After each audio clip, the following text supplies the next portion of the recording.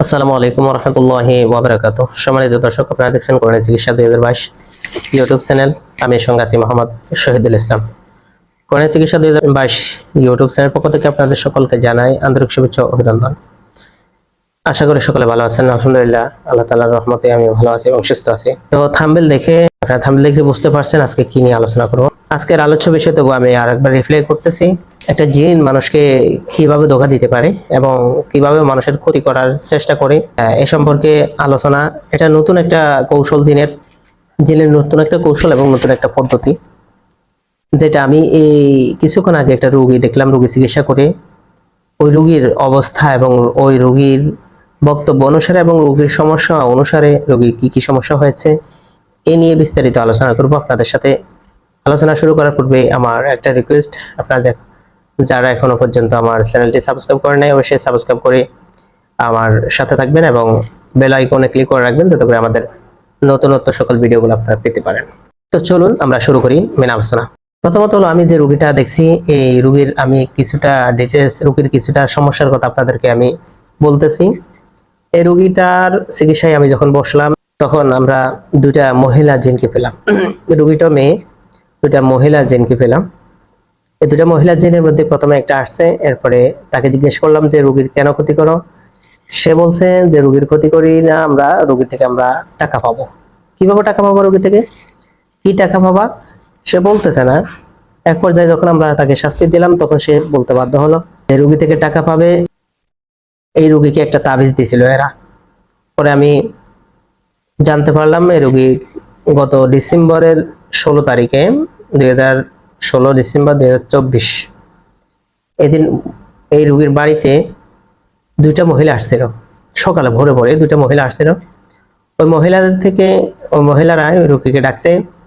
ডাকার পরে একটা কাগজে ফেঁসিয়ে কিছু জিনিস দিল, বলছে এটা ঠলে পরে সঙ্গে রাখতে। কি জিনিস, আমি তাবিজটা সংগ্রহ করতে পেরেছি রোগীর বালিশের নিচ থেকে এবং ওই তাবিজটা ভিডিও করে রাখছি। আপনাদেরকে আমি স্কিপ করে স্ক্রিনে আমি দেখাচ্ছি এই তাবিজটা।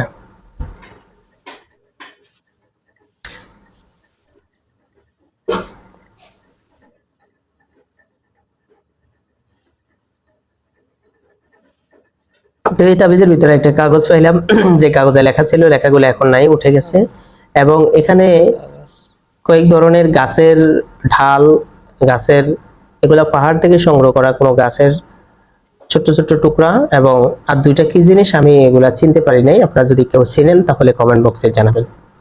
এই জিনিসগুলো পেলাম তাবিজের ভিতরে। তো এই তাবিজগুলা দিয়ে 501 টাকা রোগী থেকে নিছে ওরা। নেওয়ার পরে বলছে আরো 500 টাকা দিতে হবে। পরবর্তীতে মেয়েটা, হ্যাঁ, ওদেরকে আর কখনো দেখে নাই, না দেখার কারণে আর দিতে পারে নাই। এখন ওরা ক্ষতি করতেছে, ক্ষতি করতে গিয়ে আমার কাছে যখন ধরা খেলো, ধরা খাওয়ার পরে ওরা বলতেছে যে আমরা রোগী থেকে টাকা পাবো। কিসের টাকা? তখন তারা বলতে চাচ্ছিল না। এক পর্যায়ে শাস্তি দেওয়ার কারণে তারা ভেঙ্গে পুরোটা বিস্তারিত বললো। আমি রোগীকে জিজ্ঞেস করলাম এই মহিলাগুলা কেমন ছিল, কোথায় দেখা হয়েছে। রোগী পরিপূর্ণভাবে বলছে যে আমাদের উঠানে ছিল, আসছে, এরা শাড়ি পরা ছিল। এবং রোগীকে আমি চোখ বন্ধ করে ওই দুইটা মহিলাকে দেখানোর চেষ্টা করলাম। রোগী বলল যে এরাই ছিল ওই দুইটা মহিলা। তখন এই রোগীটার ভালোর জন্য নাকি দিছিল। এই রোগীটাকে মূলত এই তাবিজটা কেন দিছে আমি একটু পরে বিস্তারিত আলোচনা করতেছি। তো রোগীর কথাটা শেষ করি। এরপরে রোগী থেকে 500 টাকা নেওয়ার পরে আর কখনো স্বপ্নেও দেখে নাই রোগীর, আর কখনো তাদের সাথে দেখা হয় নাই। কিন্তু রোগীর সমস্যাগুলো আস্তে আস্তে বাড়তেছে। মাথা অতিরিক্ত যন্ত্রণা, মাথার ভিতর কি একটা যেন আছে, দৌড়াদৌড়ি করে, মাথার ভিতর ভাত যেমন উতরায় এমন উতরাইতেছে, প্রচন্ড মাথা ব্যথা। এবং এই রোগীটাকে অনেকবার নিউরো মেডিসিন ডাক্তারের কাছে নেওয়া হয়েছে, সিটি স্ক্যান করানো হয়েছে, এমআরআই করানো হয়েছে, কোনো সমস্যা পায় নাই। কিন্তু সমস্যাগুলো ধারাবাহিকভাবে বাড়তেছে। গত 2 দিন ধরে রোগীর পিছনে কেউ হাঁটতেছে এমনটা অনুভব করে। পরে আজকে আমরা চিকিৎসা নিয়ে আসলাম। তো এই দুইটা জিনকে এরা যেহেতু তওবা করে নাই, এরা যেহেতু অপরাধ স্বীকার করার পরেও এরা যেহেতু এই অপরাধ থেকে ফিরে আসবে কোনো প্রতিশ্রুতি দিচ্ছে না, এই জন্য এদেরকে শেষ করা হয়েছে, এদেরকে হত্যা করা হয়েছে। এখন আসেন, এই রোগীগুলা, এই জিনগুলা এভাবে কেন আসছে? কারণ হয়েছে এই জিনগুলা একজন মানুষকে যখন ক্ষতি করবে তখন এরা প্রথমে যে তাবিজটা দিয়েছিল এই তাবিজটা রোগীর শরীরে রাখতে বলে। রাখার পরে দীর্ঘ 6 মাস 1 বছর যাওয়ার পরে রোগীটাকে কাবু করে নেয়। এরপরে ওই রোগীটা হুবহু এই জিনগুলার আয়ত্তে চলে যায়। তারা যেভাবে বলবে সে সেভাবে করবে, তারা যেভাবে চাইবে সেভাবে করতে পারবে রোগীর সাথে। এক পর্যায়ে রোগীকে বশ করে নেয়। পরবর্তীতে এই জিনগুলা রোগীর শরীরে আসে, আইসা এরা ওই রোগীকে দিয়ে কবিরাজি করায়, ওই রোগীকে দিয়ে কবিরাজি করায়। এবং দেখবেন অনেক জায়গায় এরকম অনেক মহিলা আছে যাদের শরীরে জিন আসে, ওই জিনগুলা কবিরাজি করে, আবার যখন তাদের সময় শেষ হয়ে যায় তখন তারা আবার চলে যায়, আবার পরদিন আসে আবার কবিরাজি করে, আবার তারা চলে যায়। এভাবে তারা কবিরাজি করে মানুষের কাছ থেকে লক্ষ লক্ষ টাকা, হাজার হাজার টাকা হাতিয়ে নেয় এই জিনেরা। এরা এক এক রোগী চিকিৎসা করে 5,000, 10,000, 15,000 টাকার রোগী। দেখা যায় যে কাজের জন্য কেউ আসছে তার কাছে, ওই জিনগুলা কুফুরি করার মাধ্যমে চিকিৎসা দিয়ে, তখন চিকিৎসা যখন সফল হয় পরবর্তীতে, তখন এরা লক্ষ লক্ষ টাকা হাতিয়ে নেয়। এখন আসেন, একজন মানুষের যখন তারা উপকার করতেছে তখন আমার কি সমস্যা? হ্যাঁ, আমার সমস্যা এটাই যে রুগীটার শরীরে আসি ওই জিনগুলা কবিরাজি করতেছে, ওই রুগীটা যতক্ষণ পর্যন্ত জিনগুলা থাকে ততক্ষণ পর্যন্ত এই রুগীটা নিজের হোঁশে থাকে না, তার বেহুশ অবস্থায় থাকে। ওই সময়টা পুরাটা সকাল থেকে সন্ধ্যা পর্যন্ত, এই সময়টা রুগীর সাথে কি হয়েছে রুগী কিছুই জানে না। পরবর্তীতে রুগীর জন্য সামান্য কিছু টাকা রেখে যায় এবং কি রুগীকে বাধ্য করে ওই জায়গায় বসায় রাখি, ওরা ইনকাম করে, কিন্তু রুগীকে কিছু দেয় না। এরপরে কি হয়, এই রোগীগুলা 5-10 বছর পরে এমন মারাত্মক অসুস্থ হয়ে যায়, তখন আর চিকিৎসার কাজ যখন করতে পারে না, জিনগুলো একেবারে চলে যায়। কিন্তু রোগীটা অল্প বয়সে এই রোগীটার প্রচন্ড হার্টের সমস্যা হয়ে যায়, এই রোগীটার ঘেরার জয়েন্টে, প্রত্যেকটা জয়েন্টে সমস্যা হয়ে যায়। এটা বিছনায় পড়ে থাকে, বিছনা থেকে উঠে যে নিজে নিজে বসবে, নিজে নিজে হাঁটবে, নিজে নিজে খাবে, এই শক্তিটা হারিয়ে ফেলে, এই শক্তিটা আর থাকে না, পায় না। তখন দেখেন একজন মানুষের এইভাবে জিনগুলা ক্ষতি করতেছে, ওরা ওদের যে উদ্দেশ্য হাসিল করতেছে, এর ফাঁকি দিয়ে মানুষ কিছুটা ফায়দা হাসিল করলেও যে ব্যক্তি, যে মহিলার মাধ্যমে ওরা চিকিৎসাটা করতেছে, ওই মহিলাটাকে সারা জীবনের জন্য পঙ্গু করে দেয়। এবং কি ওই মহিলার স্বামীকে কখনো ওই মহিলার সাথে একসাথে হতে দেয় না, মহিলার সাথে থাকতে দেয় না। ওই মহিলার সন্তান এবং স্বামী কেউ যদি ওই মহিলার কখনো বিরোধিতা করে তখন তাদেরকে ক্ষতি করে, অনেক সময় দেখা যায় তাদেরকে মেরে ফেলে।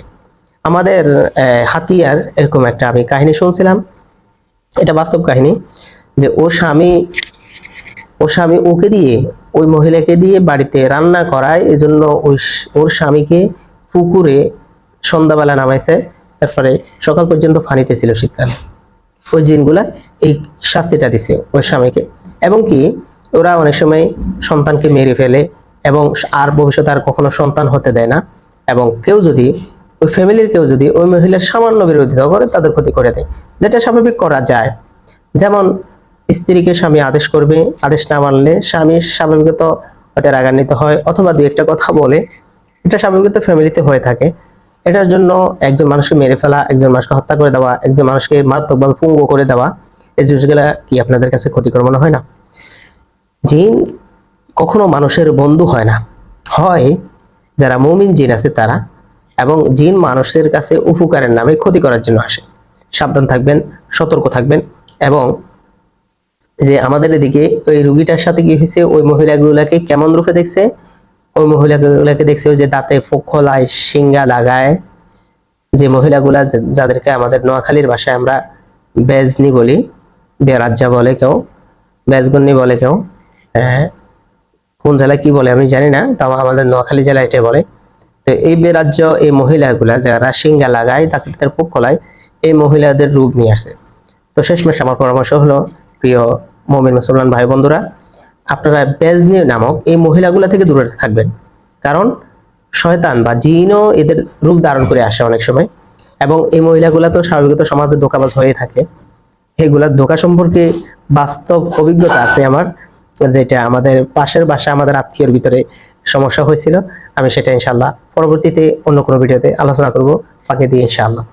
তো পরামর্শ হলো এই সমস্ত মহিলা থেকে দূরে থাকবেন এবং এই কুফুরি থেকে আপনারা দূরে থাকবেন ইনশাআল্লাহ তাআলা। এবং এমন যদি কেউ অপরিচিত কেউ আপনাকে কিছু দেওয়ার চেষ্টা করে, এগুলা কখনো নেবেন না। আমার মা ও বোনেরা, আপনাদেরকে যদি কেউ একাকী ডাকে কিন্তু ব্যক্তিকে আপনি চেনেন না, তখন তার কাছে কখনো একা যাবেন না। একা গেলে আপনি ধোঁকায় পড়বেন। এজন্য একা যাবেন না, কাউকে সঙ্গে নিয়ে যাবেন অথবা কোনো পুরুষকে পাঠাবেন। এই ছিল আমার পরামর্শ। তো সকলে ভালো থাকবেন, দোয়া করবেন, এবং পুরা দুনিয়া পুরা জাতির জন্য আমরা দোয়া করি যাতে করে আল্লাহ তাআলা শয়তানি শক্তি এবং জিন্নাতের শক্তি এবং কুফরি শক্তি থেকে আমাদের সকলকে হেফাজত করে। আমিন সুম্মা আমিন। আসসালামু আলাইকুম ওয়া রাহমাতুল্লাহি ওয়া বারাকাতুহু।